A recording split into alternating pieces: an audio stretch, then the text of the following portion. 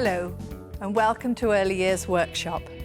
On the panel today we've got Jan de Biel, who's the Principal Officer for the Foundation Stage Profile from National Assessment Agency, Diane Rich from Rich Learning Opportunities, and a special welcome to Chris Ryder, who's the head teacher of Astrid Bank First School in Worcestershire. In this programme we're going to talk about how children learn through play. Chris, how do you use play at Astrid Bank? Well, we use it every day, and I think it's absolutely fundamental that children have opportunities in play to take risks and explore ideas in their thinking. You can learn so much about children observing them in play or involving yourself in their play.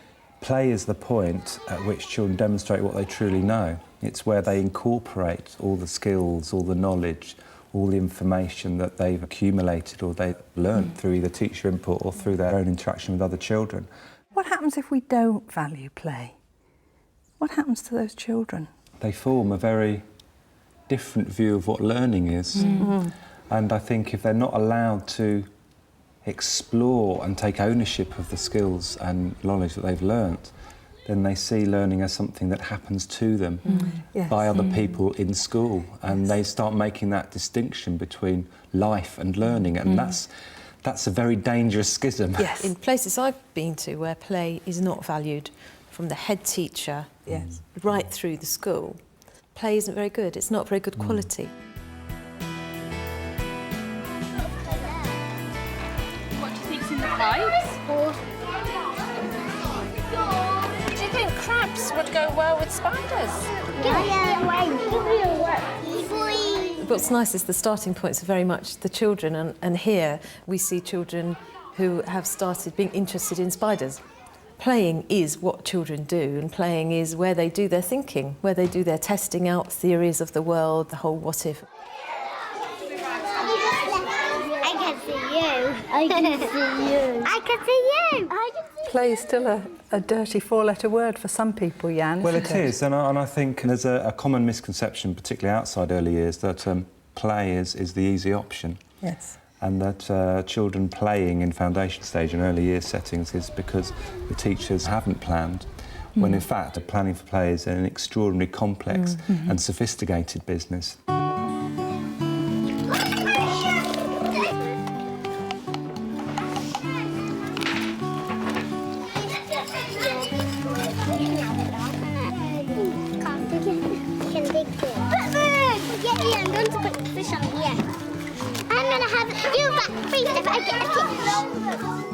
One of the ways I find it's useful to show children that we clearly value play is catching their stories when they're playing. However short, we listen to children with all our senses, we observe children and we catch the things that they're playing at. He was a hard worker, and he blinked, and he was trying to get some... Children are playing.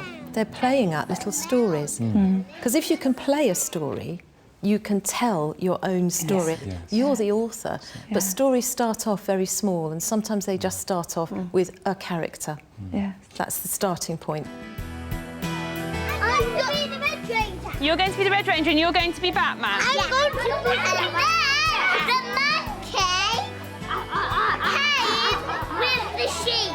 Come on, let's take our prisoner. In the puppet play, we had one child in particular who was clearly the story maker. She was like the director, the story maker. And the sheep said, "We will only let you go if you don't give us 3 questions." She had an idea how it was going to go. And she also, as she was acting, she was thinking ahead. You could see she, in her mind at least, she had a very definite structure. Nicky! Good one! Big evidence there towards the language scale, the creative development scale, PSED. They were negotiating how things were going to happen, and they were trying to make sure that the play continued, but they had to involve everybody's ideas. Do you know what's the scariest Doctor Who in the Doctor Who? I know! It's the one when he has all the faces around his body. Is that the scariest one? No, because I saw the man inside him. The werewolf. We're then they had that audience which built up over time, and you could see the quality of that story just really holding everybody in. Certainly for practitioners, when they are making judgments on the profile, this is the kind of activity they should be observing. This is where they should be gleaning the majority, if not all, of their evidence. Children in play will try something out. They will use language appropriately. They wouldn't have an opportunity to use that language in a proper context if they weren't playing at it. And then Barney was dead. And then the police told them both off. That's it. Come on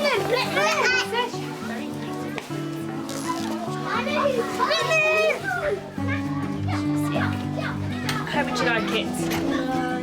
Some people looking at the shots of those children being Batman and superheroes might have thought, what's he doing? He's just running around with a bit of old curtain on. What is going on there? I can't say that's quality anything. But actually, when you look at their faces, each and every one of them has a story, has a real commitment to what they were playing at and what was going on. For them, it was really important.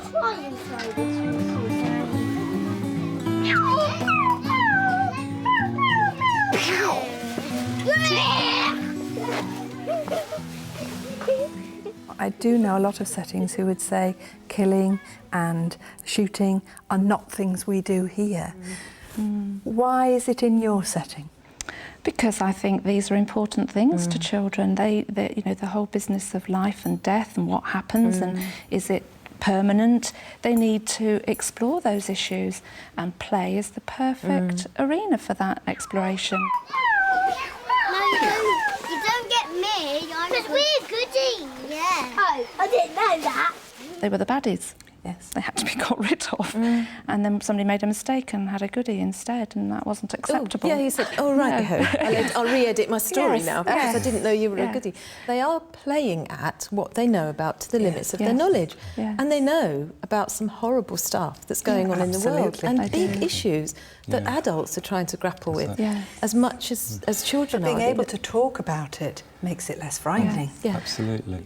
There are points in your life where you will feel scared and you will feel fear. And for children need to understand what that feels like and how they then deal with it and to build up that experience of emotion within, as you've said, a very safe boundary which they know they're setting to be. Because it's all a genuine inquiry. All of those genuine inquiries are equally valued. We didn't have an example of princesses being more highly valued than superheroes. You get too fast. I don't get black. The Batmen and the superheroes, well, the princesses too, were creating story. Maybe that's as far as they'll get. A character and other characters and a plot. Then you've got a story. If you can play a story, you can then tell a story. But lots and lots of experience of playing at your own story, that's foundations to literacy. What we're going to do is pass round David Dog. And I'd like you to tell me what you've been doing. Thank you. I dressed up outside. Did you? And what were you when you were dressed up? A princess. Olivia was the maid. The maid. Jordan was the baby. Right. And Thomas was the boy that shoots the boys that are mean. It's quite a jump for practitioners to believe that learning goes on without them. And I think for some practitioners, they only believe learning happens when they're present.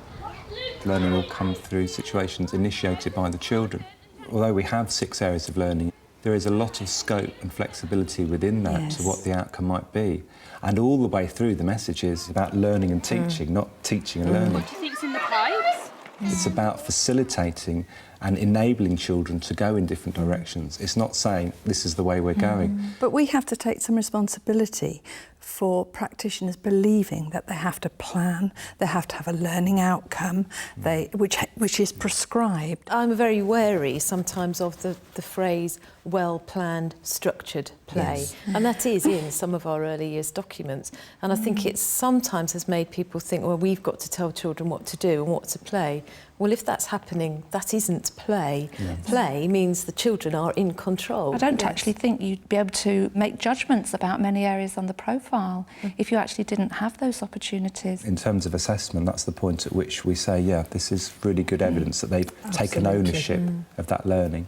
If they incorporate it into their everyday play, we know that it's secure, It's embedded, isn't it? Absolutely. There's another one there. Knock, knock. I'm the health inspector, and I've had a report from somebody telling me you've got a spider in your cafe. He was asking a question. What would happen if I brought my tarantula into the cafe? Which is the basis of all storytelling. Yeah. What will happen if? Yeah. So once upon a Absolutely. time, a tarantula came into a cafe. My goodness, what are you going to do? We're going to eat it. Is that what you do with spiders? Chris has been involved in the play as well. Is that important, or can the adult just go away and do something else whilst the children are playing? I'm very aware, very sensitive, that it is actually quite hard to go into the child's world without interrupting the play. You make spider stew in this cafe. Skillful intervention of an adult who doesn't want the play to decrease into chaos, which it may seem to an untrained eye, is I can just help them here. I add a little bit of the real world. Knock, knock, excuse me, I'm a health visitor. Now, what you didn't do is say, don't be so silly, take that spider away, can't you see you're upsetting the girls? But very often that's also dependent on the ethos in the setting. When an adult approaches the play, the child will either think, oh good, here's a playmate who will support me, or here comes an adult who'll tell me what I'm doing next. So it's actually about building up that culture. You enter the child's world. Yes, You didn't expect them to enter yours. I need to go to school, I'm late. Oh yeah, so do you. You need to go to school, come on. I think one of the key things is the kind of things that you give children to play with, rather than trying to be too prescriptive. Some children don't like going into the large role play areas, so it's important for us to have the large role play and the medium-sized play that they can pick up and take wherever they want to, and then the mini world play. With those three elements, we catch all children. And if you're too prescriptive with the materials you give them, it actually determines the kind of play they're going to have. The fact that you can't predict where it's going to go is I think what's so exciting about early years, because you have to constantly be on your toes, because you can't tell where children's learning is going to take them at that moment on that day. Oh, cool! What? I found a yellow spider. No, you can't. Oh, yeah. If they are to play, they are to work independently and demonstrate those skills, then they have to be given the time and the space in order to do that. If we accept that play is where children learn, we have no excuse for not underpinning our children's learning with play. I think play is the most effective way of learning. And I think that children get all of their emotions from their play. And that's all from Early Years Workshop today. I'd like to thank the panel members, and especially Chris, who has allowed us into her school at Astwood Bank, and also to the nursery and reception children at Stanley Road in Worcester, who've provided all the wonderful artwork. Thank you. Goodbye.